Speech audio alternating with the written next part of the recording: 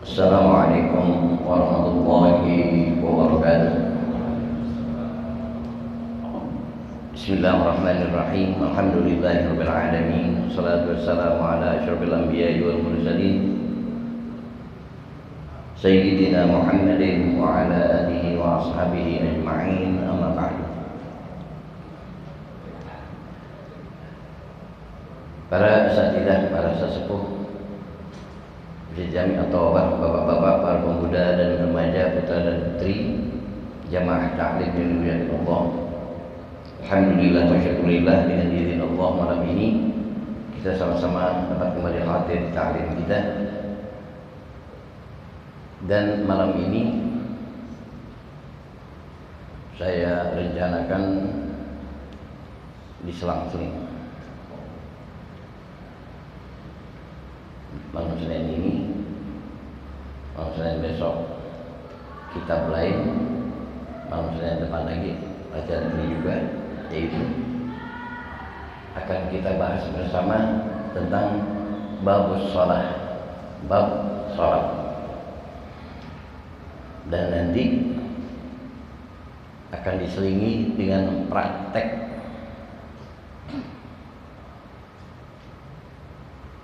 salat munfarid sendiri, salat berjamaah antara imam dan makmum, kemudian salat jamaah yang masbuk,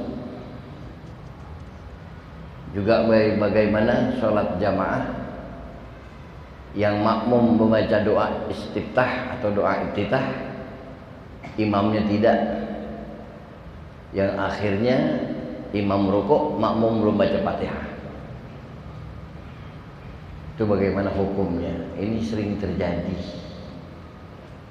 Maka kita tingkatkan mutu taklim kita, kita tambahin bab shalah khusus agar semakin dewasa kita semakin paham makna salat yang sesungguhnya.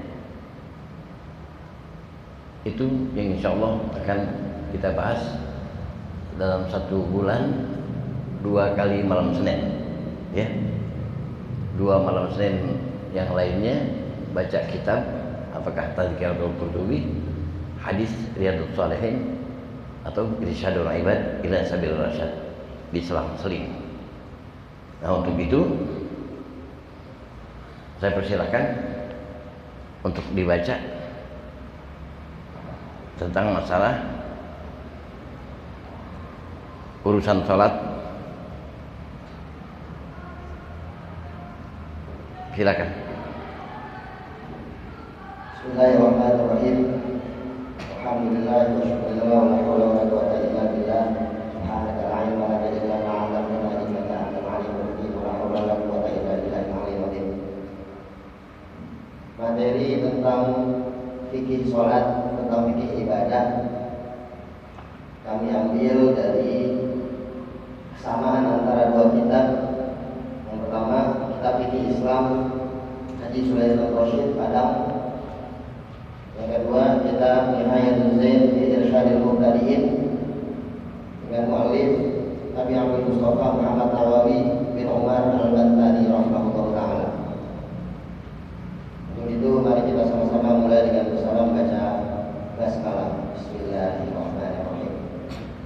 Qala Allah ta'ala fil Qur'anil Karim, wa aqimis sholata inna sholata tanha 'anil fahsya'i wal munkar. Dan dirikanlah sholat, sesungguhnya sholat itu mencegah dari perbuatan keji dan munkar. Al-Ankabut. Terus sholat dalam bahasa artinya ad-du'a.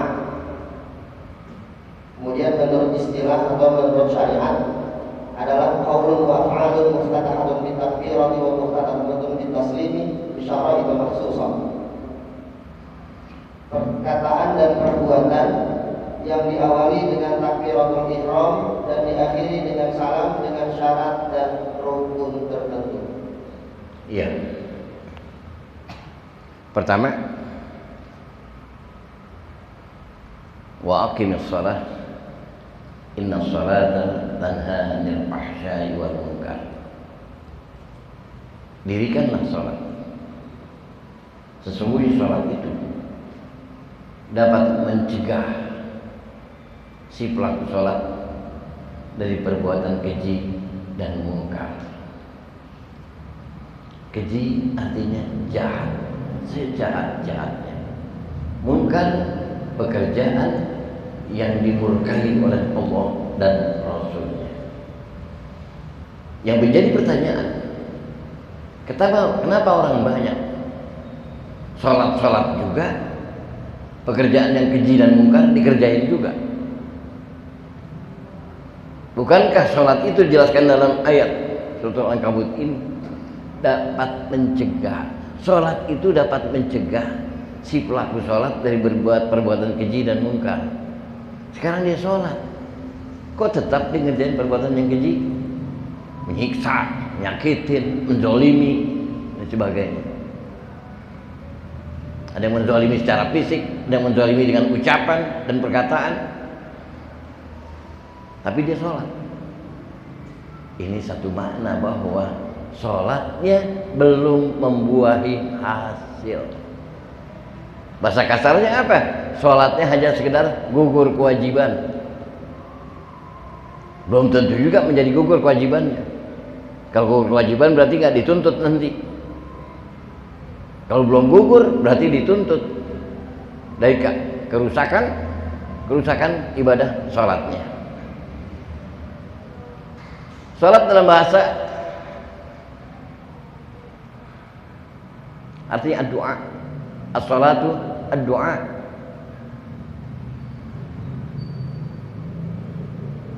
Ini maksud as-salatu ad-du'a. Terdiri dari rukun dan syarat. Kayak doa juga, doa di sini ada rukunnya, ada syaratnya.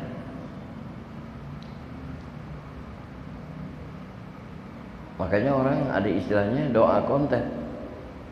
Saya nggak tahu siapa yang namain doa konten. Kenapa? Nggak ada penutup, nggak ada pembuka, nggak ada penutup. Doa itu ada pembuka. Hamdalah, selawat, isi. Selawat, hamdalah, selesai. Baru itu doa. Kata orang Betawi, berkelima. Kalau tidak ada pembuka dan nggak ada penutup, ambrak-ambrakan gitu. Maka paling tidak doa Bismillahirrahmanirrahim, Alhamdulillahirabbil alamin, Allahumma shalli wa sallim ala sayyidina Muhammad, baru isi apa permintaan kita. Setelah saja yang kita minta, ya, tutup wa sallallahu ala sayyidina Muhammadin wa ala alihi wa sahbihi wasallama walhamdulillahirabbil alamin. Rapi.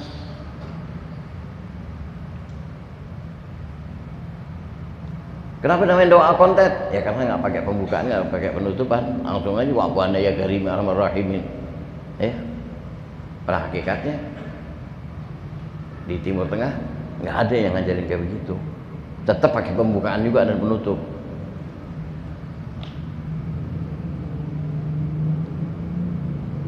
Makanya ada as-salatu ad-du'a itu melaksanakan, ya,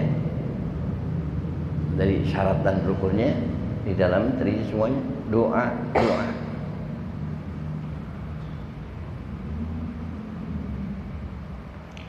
Berikutnya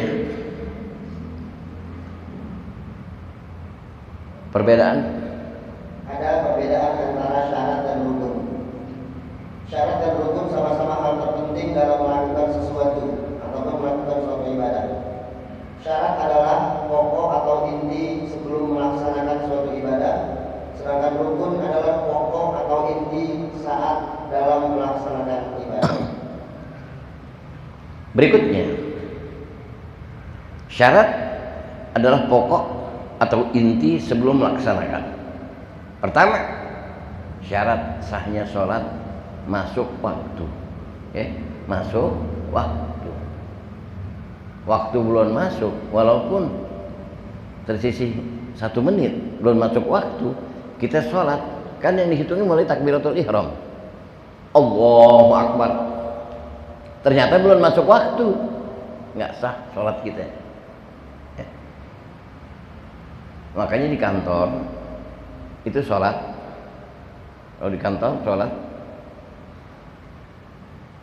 dengan khutbahnya sekali, ya, apa namanya, azannya sekali di kantor-kantor.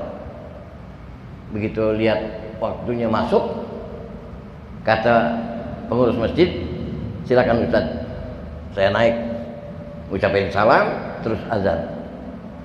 Kalau kurang, karena jam harus dikontrol, ya, harus dikontrol. Makanya ini kita instruksikan jam yang di sini cuman jember-jemberin doang. Banyak banget jam, nggak ada yang akur, nggak ada yang sama dengan buangin. Harus ini taukid atau mawakid sholat, ikutin jamnya, harus selalu dikontrol berubah apa enggak, begitu. Jangan sampai jam ini mengecoh tentang masalah keabsahan sholat kita. Makanya di kantor kadang-kadang kalau pengurus masjid mengatakan, Ustaz silakan, udah masuk waktu, saya bilang tunggu 5 menit lagi.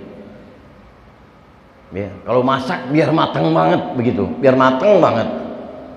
Khawatir saya masuk ucapin salam, waktu belum masuk, karena nggak dikontrol jamnya benar apa enggak.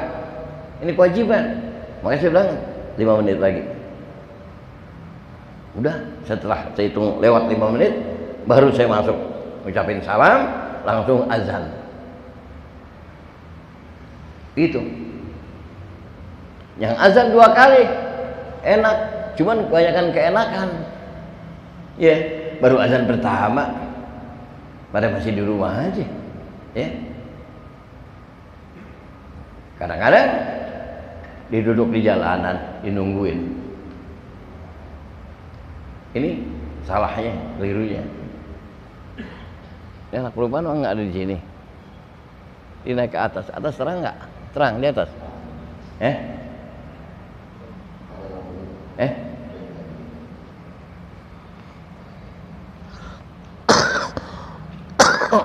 Yang kedua,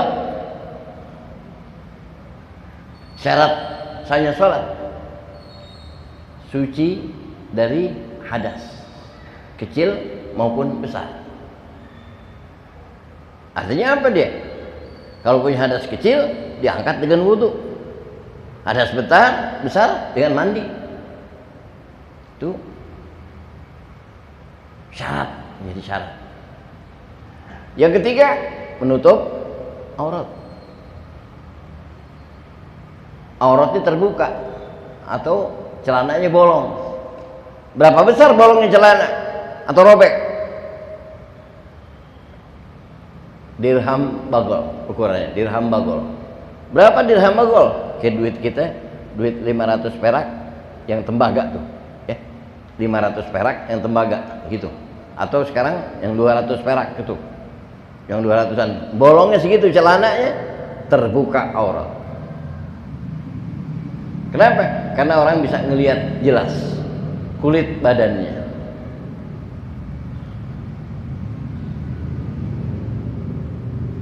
Jadi sekarang ada yang nanya, dia lagi sholat, kemudian ketiup angin, ya, kainnya terangkat, kena kipas angin, akhirnya kelihatan lututnya, pahanya. Kemudian diperbaiki pada waktu itu juga bisa, nggak batal, ya. Tapi kalau kipasnya muter, ditutup sini, sebelah sini terbuka, gini, ditutup sebelah kiri, sebelah kanan terbuka, kanan kiri tutup, depan kebuka, kedorong, itu batal udah. Ya. Ini diantaranya.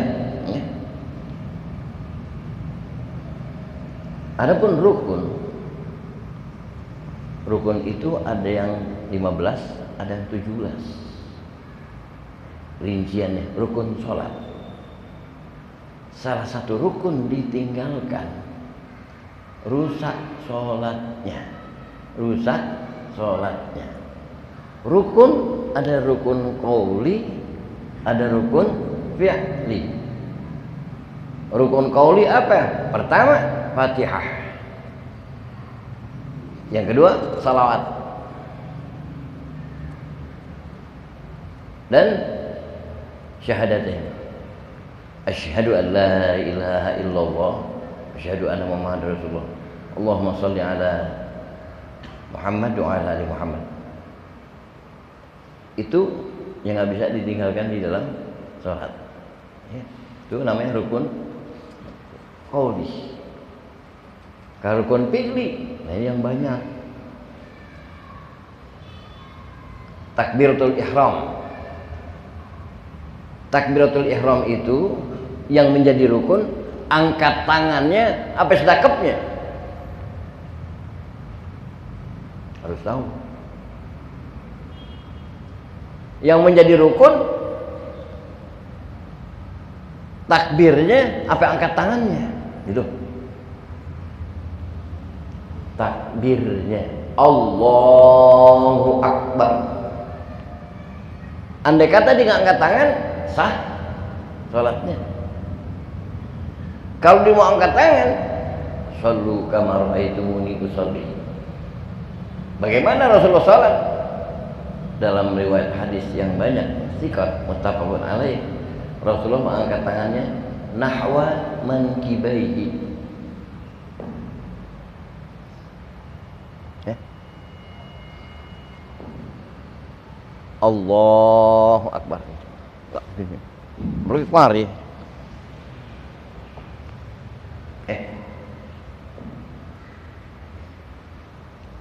Allahu Akbar. Kalau liatin, kalau begini kan kita turunin kiri duluan, ya, boleh. Tapi ada yang sangat menjalani setiap perbuatan kebaikan didahului dengan kanan. Ini jangan salahin nih. Kadang-kadang ada yang tuh lihat aneh, ini mazhab mana lagi nih? Kenapa? Diturunin kanan duluan.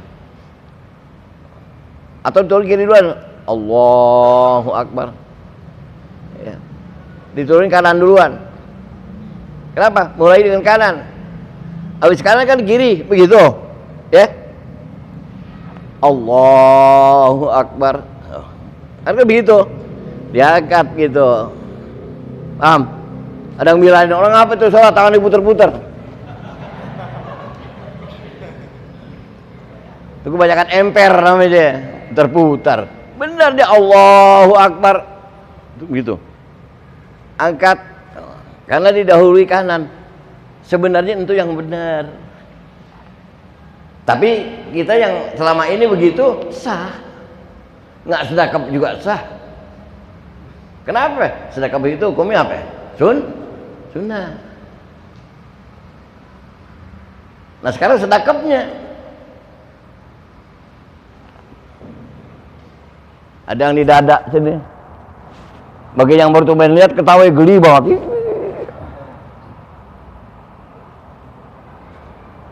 Ada yang di kiri, jurusan jantung. Suka lihat nggak? Ini. Ada yang di sini. Memang yang muktamad itu di atas pusernya, gitu, dada. Tapi ada yang di bawah. Jangan kata apa-apa. Nggak sedekah bukan apa-apa, kecuali gendong tangan, tempeleng. Allahu Akbar, gendong tangan. Ngontrol kontrakan loh.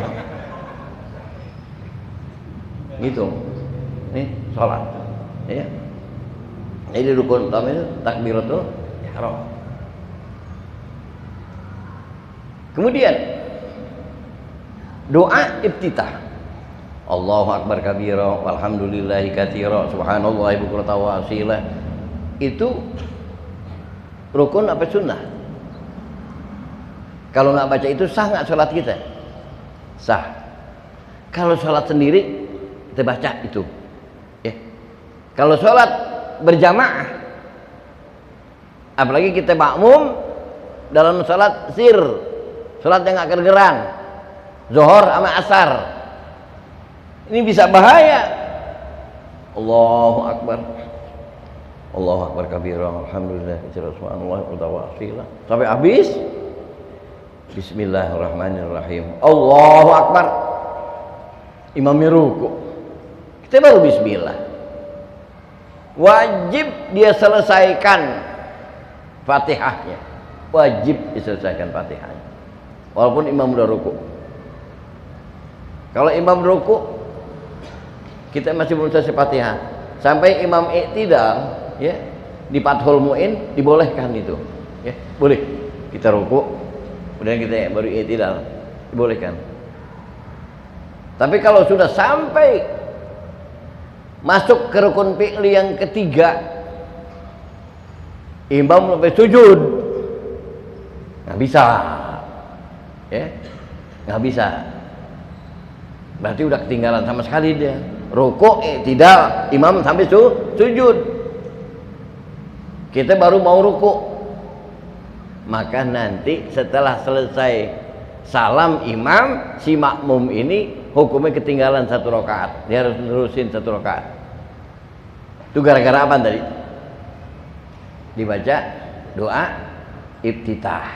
Jadi kalau salat zuhur, salat asar, kita khawatir imamnya nggak baca doa iftitah, cukup langsung Allahu Akbar, Bismillahirrahmanirrahim, Alhamdulillahirrahmanirrahim, baca Fatihah aja ya, nggak usah baca doa iftitah karena hukumnya sunnah.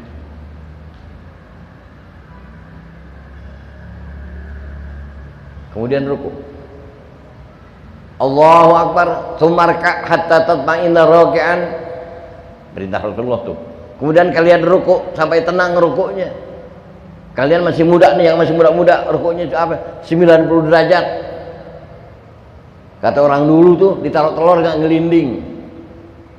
Kecuali yang udah tua, yang udah bengkok, udah bongkok, lain dah tuh ceritanya. Yang masih muda. Sunnahnya mata kita arahkan jurusan jari jemari kaki, jangan ngeliatin ke depan.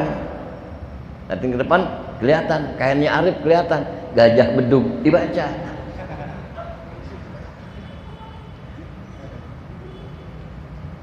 Makanya untuk menjaga kehusuan saudara kita di belakang, kalau pakai kain mau merek apa kayak, kalau bisa, kalau perlu apa tuh yang jurusan ada tulisannya, ada mereknya di atas, lipat kan nggak kelihatan. Yang kedua, pakai baju polos ataupun bermotif, tapi motifnya motif nggak mengganggu.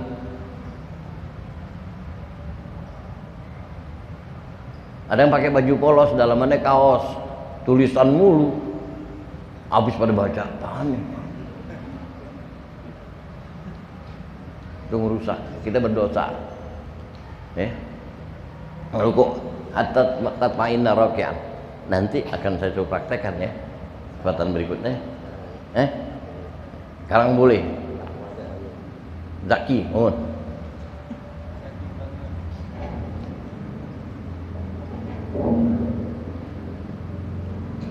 Ya ya, hadap sono, matiin orang ya dia. Ya, sekarang takbiratul ihram dulu.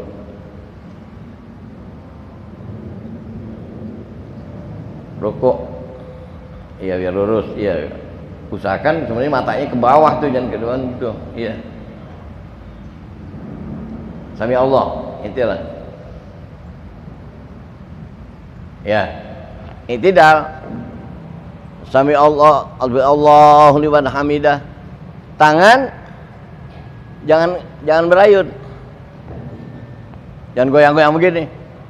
Ada yang kira nonton ngobat, Allahu liman hamidah, goyang begitu. Jadi makanya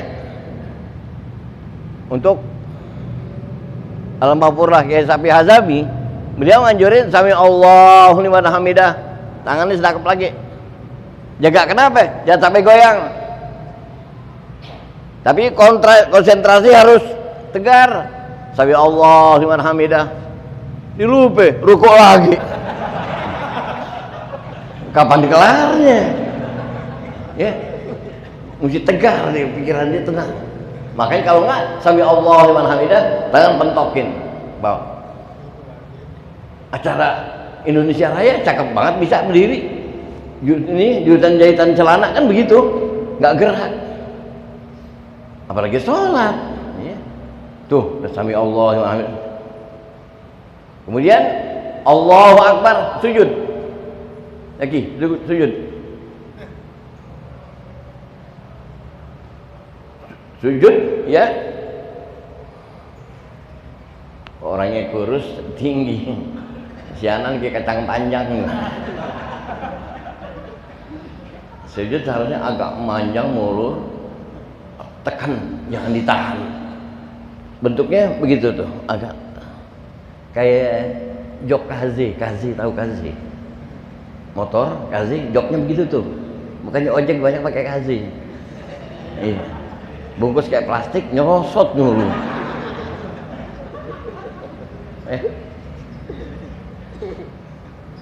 Itu sujud, udah Jaki bangun, pingsan lagi. Duduk. Julus baina sajdatain, duduk di antara dua sujud. Kaki belakang boleh dia begitu, tapi yang bagusnya satunya begitu. Silang ya. Tapi ada yang begini, ya nggak apa-apa, habis kakinya lagi semutan mau diapain? Ya, boleh aja. Itu diantaranya, ya. Diantara rukun-rukunnya. Silakan balik. Itu baru untuk apa? Praktek tentang rukuk, i'tidal. Sami Allahu liman hamidah. Ya Allahu Akbar.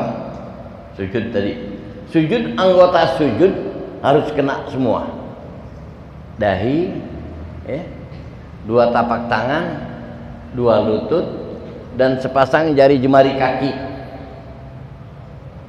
Itu 7 atas sujud. Makanya jangan apa tuh? Jangan segan-segan untuk meletakkan dahi di karpet atau di lantai.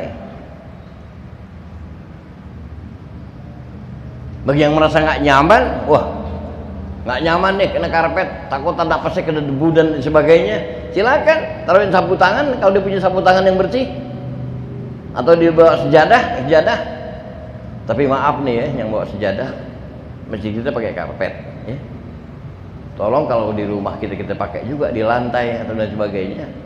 Khawatir mungkin kena najis dan sebagainya, bisa talawus mengenai apa ya? Karpet masjid. Sebaiknya dilipat 2, paham tuh? Ini kan udah ada karpetnya, dilipat 2 sehingga bagian bawah sejadah kita tidak mengenai karpet. Kalau sejadah itu nggak dipakai, kalau dipakai di tempat lain. Kalau nggak pernah dipakai kemana-mana kecuali di masjid, dia bersih berarti. Paham nih, ya? Yang bawa sejadah.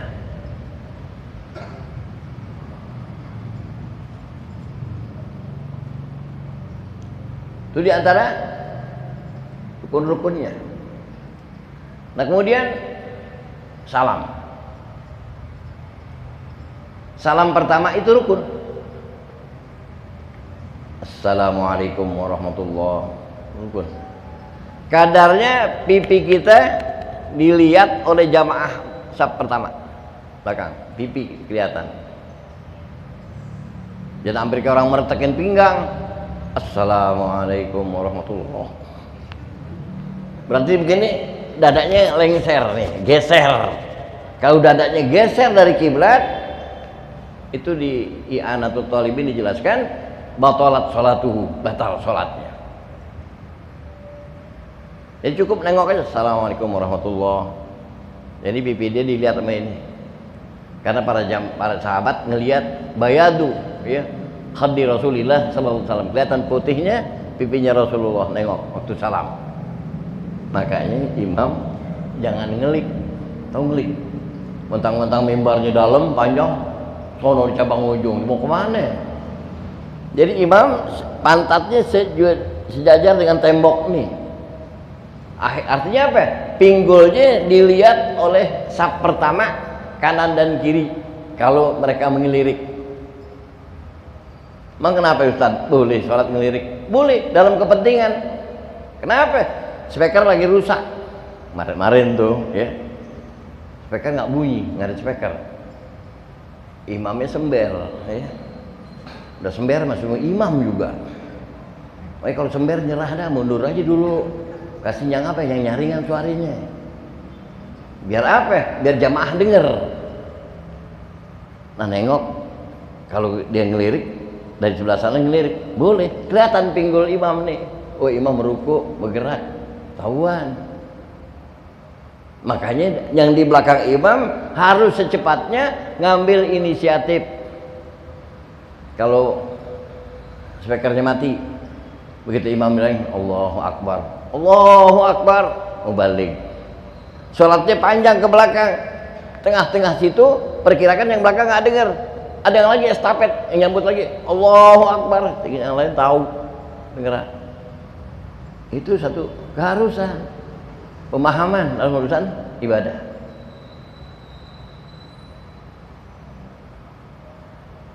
Makanya imam salam kedua kan sunnah, ya.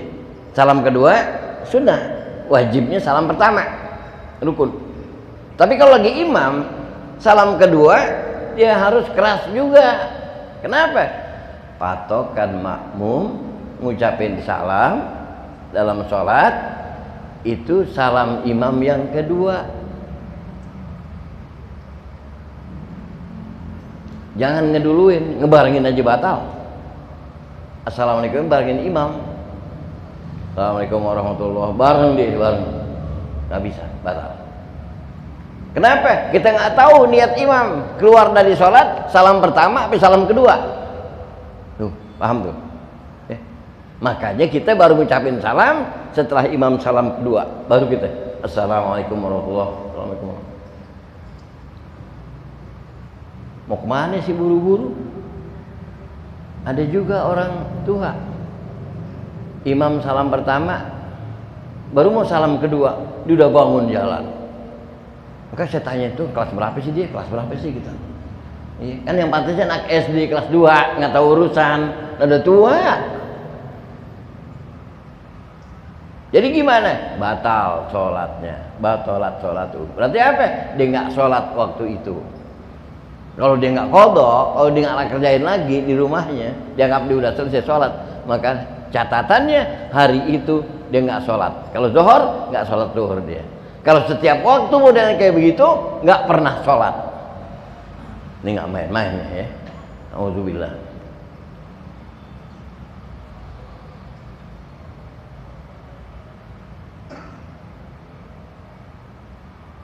Udah, ada yang bertanya?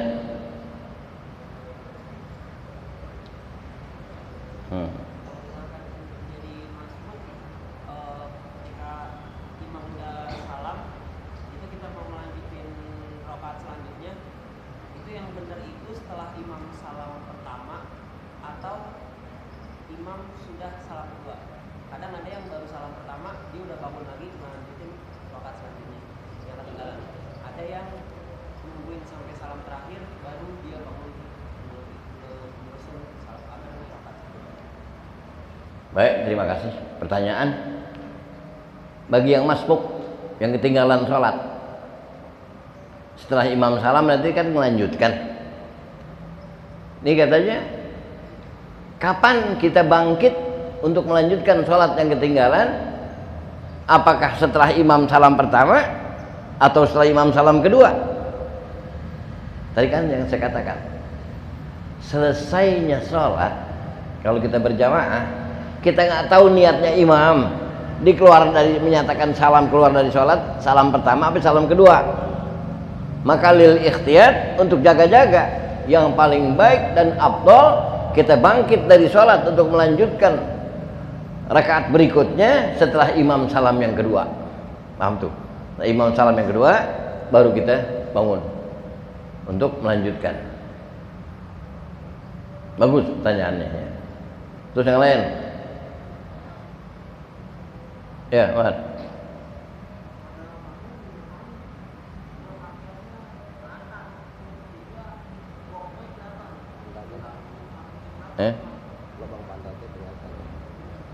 Kayak di naik ojek gitu. Iya. Ada yang naik ojek, pakai celananya kan gelenteng, dimonceng ojek. Iya, kaosnya trek ke atas, belakangnya ada asbak. Iya. Yang ngerokok ketelin aja lalu rokok gitu. Nah ini pertanyaan Bapak Iwan, Gimana orang yang sholat pakai celana panjang, pakai kaos, begitu dia rukuk ketarik, bahkan sampai waktu dia duduk tahiyat kelihatan tuh gertan pantatnya gini kelihatan. Nah sekarang kita kira-kira aja, perkirakan tuh pecahan pantatnya itu tinggian mana dia sama pusar, tinggian mana? Tinggian pusar kan, berarti dia lebih ke bawah, batal sholatnya. Kalau dia tahu nggak diperbaiki. Mesti kan berasa dingin-dingin, ketarik kan, betulin.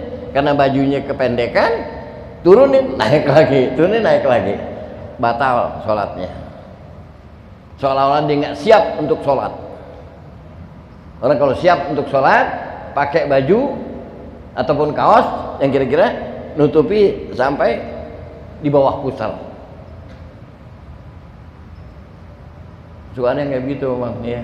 Itu kalau kita lihat tungguin sampai selesai. Kalau ada waktu kita tunggu sampai selesai, tegur. Ente sholat kayak begini nggak sah. Kenapa? Aurat ente kebuka. Waktu lagi mending pantatnya cakep lagi, burik lagi kalau gitu. Jangan. Yang jelas batal sholatnya. Ini sekarang mau menyanyikan sholat. Kadang-kadang dia pakai lepis, kayak lepis ini namanya seolah-olah dia nggak punya persiapan. Bukan nggak sah sholat pakai lepis, sah-sah aja, cuma kurang pas ya, dari etika sholat kurang pas. Kenapa? Biasanya kan kalau celana lepis itu dipakai kemana aja. Berarti kalau dipakai kemana aja kita nggak tahu kebersihannya, bersih, suci atau kalau enggak. Makanya biasain kita pakai, kalau mau pakai celana, pakailah celana yang agak kesannya longgar, sehingga kita lagi rukuk mau ke sujud juga enak. Nah sekarang yang lebih halus lagi, ulama tasawuf menghitung berapa gerakan kita dari dalam sholat yang kita lakukan untuk narik celana.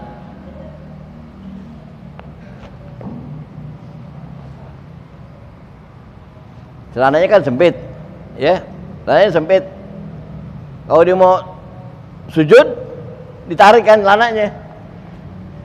Berapa gerakan? Ada yang sabar gini, 5, 10 gerakan, 3 gerakan aja batal. Kecuali tangan ini dempetin, ya, nih dempet nih, rapet nih. Nggak megar, tarik, cubit. Itu cuman kanan kiri 2 gerakan, bisa. Nah kalau dia nggak tahu, tarik aja ini 5 gerakan, batal. Indah Syafi'i, ya, batal sholatnya. Tuh hati-hati.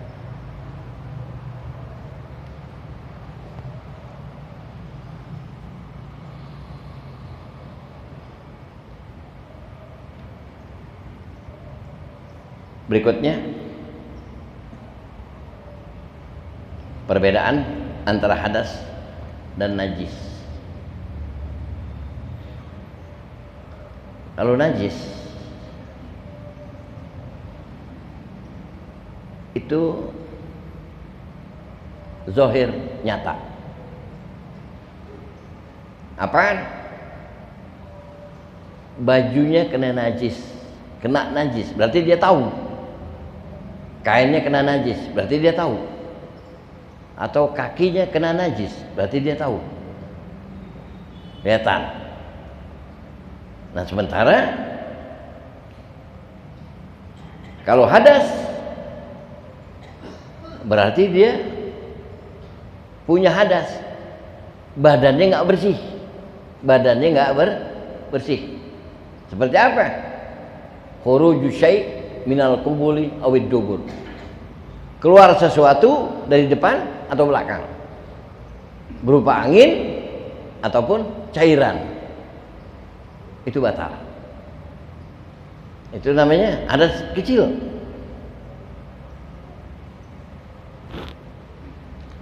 Nah sekarang ada dia dia habis BAB ya, habis BAB dicebok, istinja, kemudian dia wudu. Sesudah wudu di jalan situ turun, dikepleset, kaget, kentut, keluar angin. Apakah dia langsung wudu atau cebok dulu? Yang saya mau tanya. Karena dia habis BAB, paham nih? Habis BAB, anusnya masih basah, dan kemungkinan sisa-sisa kotoran masih ada di balik anus. Maka kalau dia habis BAB dia cebok, kemudian dia wudu, setelah wudu keluar angin, keluar gas, maka sebelum wudu dia harus cebok lagi. Bukan jaga-jaga, dipastikan keluarnya angin itu membawa, bahasa kita ini, ampas ya, pecikan sisa-sisa tinja yang tadi dia habis buang. Makanya harus cebok lagi baru wudu. Nah baru dinyatakan dia bersih.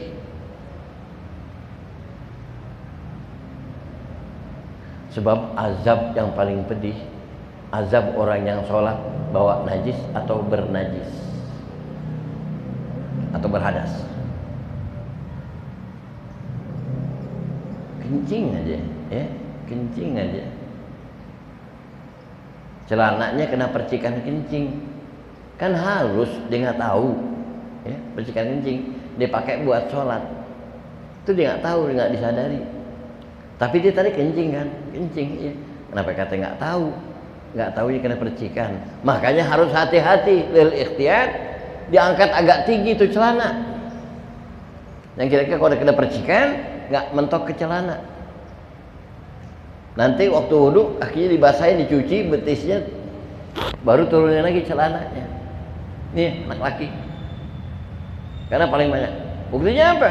Tatkala Rasulullah jalan di pekuburan Madinah, tiba-tiba keledai yang ditumpangi oleh Nabi meringkik, diangkat kakinya dua-duanya di keledai. Nabi turun. Kata sahabat, ada apa? Keledaiku meringkik karena kuburan ini, dua orang ini lagi sedang disiksa. Karena binatang yang dengar, orang enggak. Nabi turun. Dia disiksa bukan sebab dosa besar, bukan masalah yang besar, tapi urusan kecil menjadi besar. Kenapa kata sahabat? Yang satu, la yastanzih min bauli, kencingnya nggak tiris, ceboknya nggak benar.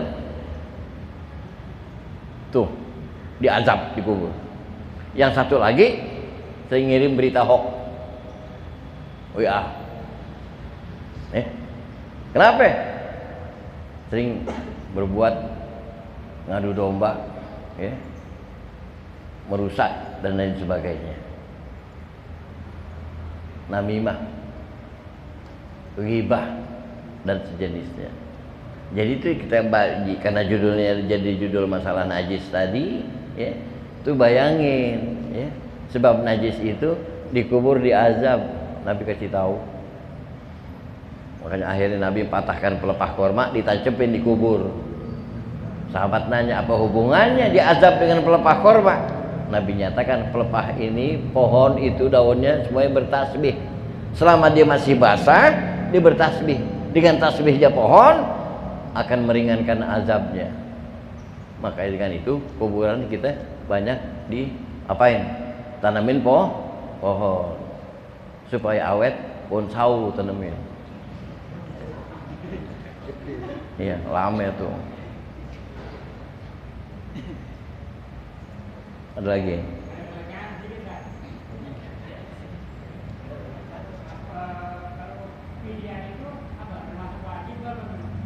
Apaan? Fidyah. Oh, itu bayar fidyah.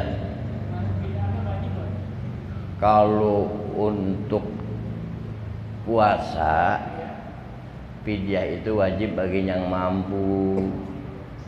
Ucup mampu gak?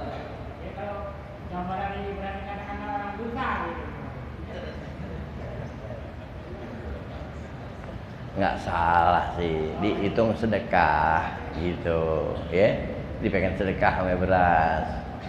Buktinya pemerintah sedekah makin beras. Ya.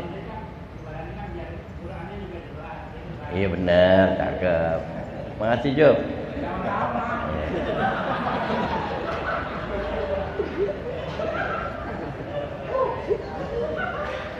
Begitu dong ngaji, biar ngadepin sembarangan tapi didengerin kan gitu. Ngadepin ngadep mana aja, kiblat kemana gitu kan. Didengerin. Ya. Iya, kirane mikrolet. Jadi nanti lanjutannya tentang masalah perbedaan penjelasan rukun sholat. Penjelasan tentang rukun sholat nanti insyaallah. Wallahu a'lam. Bismillahirrahmanirrahim. Alhamdulillahirabbil alamin. Allahumma shalli wa sallim ala sayyidina Muhammad wa ala ali sayyidina Muhammad. Allahumma anfa'na bima 'allamtana wa 'allimna ma yanfa'una wa zidna ilman nafi'a. Allahumma arzuqna fahman nabiyyin wa hifdzal mursalin wa ilhamal malaikatil muqarrabin. Rabbana atina fid dunya hasanah wa fil akhirati hasanah wa qina adzabannar. Wa sallallahu ala sayyidina Muhammadin wa ala alihi wa sahbihi wa sallama walhamdulillahi rabbil alamin. Assalamualaikum warahmatullahi wabarakatuh.